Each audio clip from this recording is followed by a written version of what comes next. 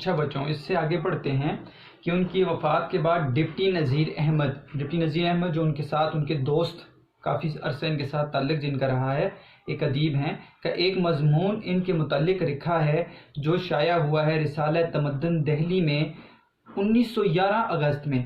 تو بابت کا مطلب یہاں پر ہے متعلق، یعنی ان کے متعلق انہوں نے اس جو رسالے میں مولوی ذکاء اللہ کے اوپر بات کی ہے وہ کیا لکھا ہے انہوں نے، اس میں مولوی ذکاء اللہ کے بعض خاص حالات لکھے گئے ہیں، اور اس مضمون کا ایک اقتباس یہاں پر درج ہے، ایک اقتباس یہاں پر صرف درج کیا گیا ہے کہ وہ مولوی ذکاء اللہ کے بارے میں کیا لکھتے ہیں۔ کہتے ہیں بعض مسلمان یہ بھی پوچھ بیٹھتے ہیں کہ مسلم یونیورسٹی علی گڑھ یونیورسٹی کس قسم کے عالم پیدا کرے گی جو 5 یونیورسٹیاں آج تک پیدا نہ کر سکیں۔ آج کو مولوی ذکاء اللہ زندہ ہوتے تو میں انہی کو پیش کر دیتا کہ مسلم یونیورسٹی درجہ تکمیل کو پہنچ کر ان جیسے عالم پیدا کرے گی۔ درجہ تکمیل یعنی تعلیم کو مکمل کرنے کے بعد۔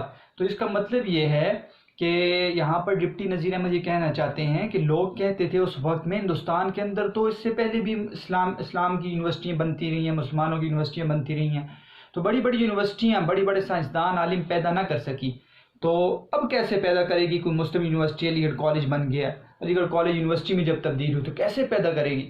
تو کہتے ہیں کہ اگر میں ہوتا نا تو اس وقت مولوی ذکاء اللہ زندہ ہوتے تو میں ان کو سامنے کر دیتا کہ ایسے لوگ پیدا کرتی ہیں مسلم یونیورسٹی، ایسے لوگ پیدا کرتی ہے علی گڑھ یونیورسٹی۔ تو یہ انہوں نے ان کے متعلق بتایا اور ان کی شان کے متعلق بیان کر رہے ہیں، اور ساتھ آیت یہاں پر لکھی ہے وَمَا ذَلِكَ عَلَى اللَّهِ بِعَزِيزٍ، یہ چیز اللہ تعالیٰ پر مشکل نہیں ہے۔ وَمَا ذَلِكَ عَلَى اللَّهِ بِعَزِيزٍ، اللہ تعالیٰ پر یہ مشکل نہیں ہے۔ اللہ تعالیٰ چاہیں تو بڑی یونیورسٹیوں میں سے بڑے سائنسدان نہ نکلیں، یہ بھی ہو سکتا ہے، اور چھوٹی یونیورسٹیوں میں سے بڑے سائنسدان نکل جائیں، یہ بھی ہو سکتا ہے۔ تو اللہ تعالیٰ محنت کے اوپر دیکھتے ہیں، اس تعلیمی ادارے کے اوپر، اس کے اساتذہ کی محنت کے اوپر، اس کے جو شاگرد ہیں وہاں پر وہ کتنی قدر کرتے ہیں ان کی، کتنی ان کے اندر تڑپ ہے علم کو حاصل کرنے کی، تو اس کو دیکھ کے اللہ تعالیٰ فیصلہ کرتے ہیں، اور اللہ تعالیٰ کے ہاں کچھ بھی مشکل نہیں ہے۔ اچھا بیٹا، یہاں سے آگے جو اب شروع ہو رہا ہے حصہ وہ ہے ادبی اور شخصی خصوصیات کا۔ ادبی خصوصیات، جو ادبی خصوصیات ہوتی ہیں، ادب کے اندر کسی شخصی خصوصیت کو ذکر کیا جاتا ہے۔ شخصی خصوصیات جو ان کی شخصیت کے بارے میں ہے، تو دونوں یہاں پر ذکر ہیں، ادبی خصوصیات بھی ذکر ہیں اور شخصی خصوصیات بھی ذکر ہیں۔ کریم النفس، کیا مطلب ہے بیٹا؟ نیک مزاج ہونا، یہ ایک ان کی شخصی خصوصیت ہے۔ وسیع الاخلاق، جس کے اخلاق بہت کشادہ ہوں، اچھے اخلاق والا، ٹھیک ہے، یہ بھی ان کی شخصی خصوصیت ہے۔ منکسر المزاج، انکساری، عاجزی رکھنے والا، تو یہ بھی ان کی شخصی خصوصیت ہے۔ روشن دماغ ذہین، ٹھیک ہے، تو یہ ادبی خصوصیت بھی ہو سکتی ہے، ایک ادب والے کے لیے بھی اچھی خصوصیت ہے، اور ایک شخصی خصوصیت بھی ہو سکتی ہے کہ روشن دماغ ذہین انسان۔ متنوع المعلومات، طرح طرح کا علم رکھنے والا، تو یہ ان کی ادبی خصوصیت ہے۔ تنوع، کثیر التصانیف، ادبی خصوصیت ہے، زیادہ کتابیں لکھنے والا۔ خیر خواہ عامہ خلق، مخلوق کے ساتھ اچھا برتاؤ کرنے والا، یہ شخصی خصوصیت ہے۔ فیاض طبع، فیاض سخاوت، سخی انسان، طبیعت کے سخی انسان تھے، کنجوس نہیں تھے، یہ بھی ان کی شخصی خصوصیت ہے۔ راسخ الاعتقاد، پختہ عقیدے والا، دین کے اعتبار سے پختہ عقیدے والا، یہ ان کی ایک شخصی خصوصیت ہے۔ صلح کل، ہر ایک کے ساتھ کیا کرنے والا؟ خیر خواہی کرنے والا، اور کسی کے ساتھ جھگڑا نہ کرنے والا، ایسے شخص کو صلح کل کہتے ہیں، تو یہ بھی ان کی شخصی خصوصیت ہے۔ اور مرنجہ شخصیت یعنی کہ شگفتہ مزاج، چہرے پر ہمیشہ کھلتا ہوا چہرہ جس کا ہوتا ہے اس کو کہتے ہیں مرنج شخصیت، تو یہ بھی ان کی شخصی خصوصیت ہے۔ تو یہاں سے ان کی ادبی خصوصیات بھی پتہ چل گئی اور شخصی خصوصیات بھی پتہ چل گئیں۔ تو اس کے بعد تصانیف ہیں، 4 تصانیف یہاں پر لکھی ہوئی ہیں، اس کو دیکھتے ہیں۔ تاریخی ہندوستان، ہسٹری کے اوپر کتاب لکھی ہے مولوی ذکاء اللہ نے، ہندوستان کی تاریخ کے بارے میں بیان کیا ہے۔ کرزن نامہ جو ہے بیٹا، یہ لارڈ کرزن جو وائسرائے رہا ہے 7 سال ہندوستان کے اندر، اس کے اوپر لکھا ہے یہ کرزن نامہ، اور اس کے متعلق لکھا ہے کہ اس نے کیا اچھی چیزیں کی ہیں۔ آئین کیسری، آئین قانون کو کہتے ہیں، کیسری جو ہوتی ہے بادشاہت کو کہتے ہیں۔ تو اس میں مولوی ذکاء اللہ نے ملکہ وکٹوریہ جو 1819 میں پیدائش ہے، 1901 اس کی وفات ہے، اور یہ 64 ایئرز یہ انگلستان کی ملکہ رہی ہے، اور یہ ملکہ ہندوستان بنی ہے 1876 میں، ٹھیک ہے، 1876 میں ملکہ ہندوستان بن گئی تھی، جب ہندوستان پر انگریزوں کا قبضہ ہو گیا تو 1876 میں یہ ملکہ ہندوستان یہ بن گئی۔ تو اس کتاب میں آئین کیسری، جیسے آئین اکبری یہ کتاب ہے، آپ نے شاید نام سنا ہو، آئین اکبری، جس میں بادشاہ اکبر کے آئین کے مطابق اس کے انتظام کے اوپر بات کی گئی کہ جیسے اس کا آئین تھا، جیسے قانون اس نے بنائے تھے۔ تو آئین کیسری میں ملکہ وکٹوریہ نے جو ہندوستان کے اندر قوانین بنائے تھے اس کے اوپر بات کی گئی ہے۔ فرہنگ فرنگ، ٹھیک ہے، فرنگ کہتے ہیں بیٹا انگریز، فرنگی، ٹھیک ہے، اور فرہنگ جو ہے نا الفاظ کے معنی لغت کو کہتے ہیں۔ لغت جو ہوتی ہے نا بیٹا، عام لغات جو آپ دیکھیں، لغت اور فرہنگ میں فرق کیا ہے؟ لغت جو ہوتی ہے اس میں کسی بھی لفظ کا ایک لغوی معنی صرف ذکر ہوتا ہے، جبکہ فرہنگ جو ہوتا ہے نا وہ اس سے کثیر معنی کو ذکر کرتا ہے، محاورے کو ذکر کر دیتا ہے، کسی بات کی تشریح کے ذکر کر دیتا ہے، خاص معنی کو ذکر کر دیتا ہے، ٹھیک ہے، کسی بات کو بیان کر دیتا ہے۔ تو فرہنگ جو ہے نا وہ لغت سے بڑھ کر ہے۔ تو فرہنگ فرنگ سے مراد ڈکشنری ہو سکتی ہے انگلش کے اندر، لیکن یہ وہ ڈکشنری نہیں ہے کہ جس کے اندر تمام جو ہے انگریزی الفاظ کے معنی کو ذکر کر دیا، اس کو اردو میں بتا دیا۔ اس میں خاص الفاظ تھے جو اس دور میں استعمال کیے جاتے تھے، جو مثال کے طور پر نوکری میں آگے، اور آئین کے اندر خاص الفاظ جو انگلش کے استعمال ہوتے تھے، کتابوں میں جو خاص الفاظ استعمال ہوتے تھے، تو اس کی لغات ہے یہ، ٹھیک ہے، کہ اس کے اندر مشکل انگریزی الفاظ کو اردو میں لکھا گیا ہے، فرہنگ فرنگ۔ تو یہ 4 کتابیں یہاں پر ذکر ہیں، اس کے علاوہ بھی کتاب ہے، ایک کتاب کا میں نے آپ کو بتا دیا جو مرتب کی گئی ہے، احمد رضا نے مرتب کی ہے، اور ناشر جو ہے میں نے جو کتاب دیکھی اس میں احمد ندیم قاسمی تھے، محاسن الاخلاق، اس میں تو ان کے مضامین جمع کیے گئے ہیں، اور یہ مضامین کا مجموعہ ہے جس میں جھوٹے آدمی جو ہے وہ 9ویں نمبر پر مضمون ذکر کیا گیا ہے۔ تو یہ حالات زندگی، اس کے اندر معروضی سوالات نکال دیے بیٹا ہم نے، ان کی ادبی اور شخصی خصوصیات دیکھ لی، اور تصانیف کو پڑھ لیا مختصر کہ وہ کس کتاب کس بارے میں لکھی گئی ہے۔ اب آتے ہیں ہم اس اصل مضمون کے اس نام کی طرف جس کے اوپر پورا مضمون لکھا گیا ہے، جھوٹ۔ بیٹا جھوٹ کی تعریف کیا ہے؟ جھوٹ کی تعریف یہ ہے کہ ایسا کام جو واقعے کے خلاف ہو، ایسی بات جو واقعے کے خلاف ہو اس کو جھوٹ کہتے ہیں، جو حقیقت نہ ہو۔ مثال کے طور پر میں یہاں پر کھڑا ہوں، مجھے کسی کا فون آیا اور مجھے وہ کہتا ہے کہ کہاں پر ہو، تو میں نے اس کو یہ کہہ دیا کہ میں بازار میں ہوں، تو کیا یہ میں حقیقت میں وہاں پر موجود ہوں، یا یہ جو میں نے بات کی یہ واقعے کے خلاف ہے؟ تو یہ واقعے کے خلاف ہے تو یہ جھوٹ ہوگا، اور مذاق میں بھی اگر کہوں گا پھر بھی جھوٹ ہوگا، کیونکہ یہ واقعے کے خلاف ہے۔ تو جھوٹ کی تعریف یہ ہے ایسا کام جو واقعے کے خلاف ہو۔ دھوکہ کسی کو دینا یہ بھی جھوٹ کی تعریف بن سکتی ہے، دھوکہ دے دینا کسی کو۔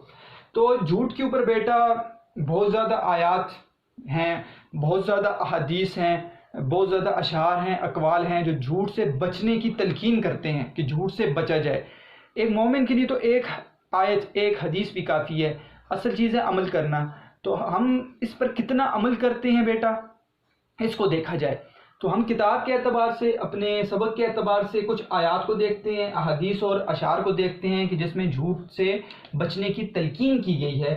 آیات میں پہلی آیت، ٹھیک ہے، وہ ابتدائی آیت قرآن میں آپ نے پڑھی، فی قلوبہم مرض فزادہم اللہ مرضا ولہم عذاب علیم بما کانوا یکذبون، کہ ان کے لیے دردناک عذاب ہے اس لیے کہ وہ جھوٹ بولتے تھے۔ تو قرآن کہتا ہے وَلَهُمْ عَذَابٌ عَلِيمٌ بِمَا كَانُوا يَكْذِبُونَ، کہ ان کے لیے دردناک عذاب ہے، بِمَا كَانُوا يَكْذِبُونَ، کہ وہ جھوٹ بولتے تھے۔ تو جھوٹ بولنے والے کے لیے اللہ تعالیٰ نے قرآن میں فرمایا جس کا مفہوم کہ اس کے لیے دردناک عذاب ہوگا۔ دوسری آیت ہم عام بھی پڑھتے ہیں ہر جگہ پر، لعنت اللہ علی الکاذبین۔ تو لعنت کا مطلب یہ ہے کہ بیٹا اللہ کی رحمت سے دور، اس کا ترجمہ یہ کیا کریں کہ جھوٹ بولنے والا شخص اللہ کی رحمت سے دور ہوتا ہے، اللہ کی رحمت اس پر نہیں آتی جو شخص جھوٹ بولتا ہے۔ یہ دوسری آیت کا مفہوم۔ تیسرا، فَاجْتَنِبُوا الرِّجْسَ مِنَ الْأَوْثَانِ وَاجْتَنِبُوا قَوْلَ الزُّورِ، کہ بتوں کی ناپاکی سے بچو اور جھوٹی بات سے بھی بچو۔ فَاجْتَنِبُوا الرِّجْسَ مِنَ الْأَوْثَانِ فَاجْتَنِبُوا وَاجْتَنِبُوا قَوْلَ الزُّورِ، کہ بتوں کی ناپاکی سے بچو اور قرآن کہتا ہے جھوٹی بات سے بھی بچو۔ یہ 3 آیات جن کا مفہوم ہے جھوٹ کے بارے میں، جھوٹ سے بچنے کی تلقین کی گئی ہے۔ احادیث، کئی احادیث ہیں، واقعات ہیں جس کے اندر نبی علیہ السلام نے جھوٹ کے اوپر بات کی ہے کہ جھوٹ کیا ہے، جھوٹ کتنا برا ہے۔ ایک حدیث کا مفہوم ہے کہ جب بندہ جھوٹ بولتا ہے تو جو فرشتہ ہوتا ہے نیکی لکھنے والا وہ 1 میل دور چلا جاتا ہے، اس کی بدبو اتنی ہوتی ہے کہ وہ فرشتہ 1 میل دور بھاگ جاتا ہے۔ دوسری حدیث کا مفہوم ہے کہ جھوٹ بولنے والے کے رزق میں کمی ہوتی ہے، جھوٹ بولنے والے کے رزق میں کمی ہوتی ہے۔ تیسرا ہلاکت ہے اس شخص کے لیے کہ جو لوگوں کو ہنسانے کے لیے جھوٹ بولے۔ اس سے پتہ چل گیا بیٹا کہ لوگوں کو ہنسانے کے لیے بھی جھوٹ بولنا کسی طور پر جائز نہیں ہے۔ تو حدیث کہتی ہے جس کا مفہوم کہ ہلاکت ہے اس شخص کے لیے جو لوگوں کو ہنسانے کے لیے بھی جھوٹ بولے۔ ایک دفعہ نبی علیہ السلام ایک صحابی عبداللہ بن عامر رضی اللہ عنہ کے گھر موجود تھے، تو ان کی والدہ نے ان کو کہا بیٹا ادھر آؤ، میں تمہیں کچھ دے رہی ہوں۔ تو نبی علیہ السلام نے ان سے پوچھا کہ کیا آپ اس کو کچھ دے رہی ہیں حقیقت میں؟ تو کہا ہاں میں اس کو ایک کھجور دے رہی ہوں۔ تو نبی علیہ السلام نے فرمایا اگر آپ اس کو کھجور نہ دیتی تو یہ جھوٹ بن جاتا۔ تو اس کا مطلب ہے کہ بچوں کو عمومی طور پر ہم بلاتے ہیں کیا ہو ادھر آؤ بیٹا، یہ 10 روپے لے، جیب میں ہاتھ ڈالا ہوتا ہے، ٹھیک ہے، اور بچہ سامنے آتا ہے تو 10 روپے نہیں دیتے، اس کو پکڑ لیتے ہیں، میرے پاس آ گیا تو یا پھر ہم یہ کرتے ہیں کہ آؤ جی تمہیں ایک ٹافی دے دوں، تو ٹافی دیتے نہیں ہے، تو یہ بھی جھوٹ ہے۔ آپ کسی سے کسی طور پر جھوٹ نہیں بول سکتے، ٹھیک ہے، بچے کے لیے بھی جھوٹ نہیں بول سکتے، کسی کو ہنسانے کے لیے بھی جھوٹ نہیں بول سکتے۔ نبی علیہ السلام کی حدیث کا مفہوم ہے کہ آپ سے پوچھا گیا کہ مومن بزدل ہو سکتا ہے؟ کہا ہو سکتا ہے۔ پوچھا گیا مومن بخیل ہو سکتا ہے؟ تو کہا ہو سکتا ہے۔ تیسرا پوچھا گیا کیا مومن جھوٹا ہو سکتا ہے؟ فرمایا مومن جھوٹا نہیں ہو سکتا۔ تو نبی علیہ السلام نے بتا دیا کہ مومن جو ہے وہ جھوٹا کبھی بھی نہیں ہو سکتا۔ ایک اور حدیث میں نبی علیہ السلام نے فرمایا کہ اگر وہ جو شخص جھوٹ بولنا چھوڑ دے تو جنت کے کنارے پر اس کا گھر ہوگا۔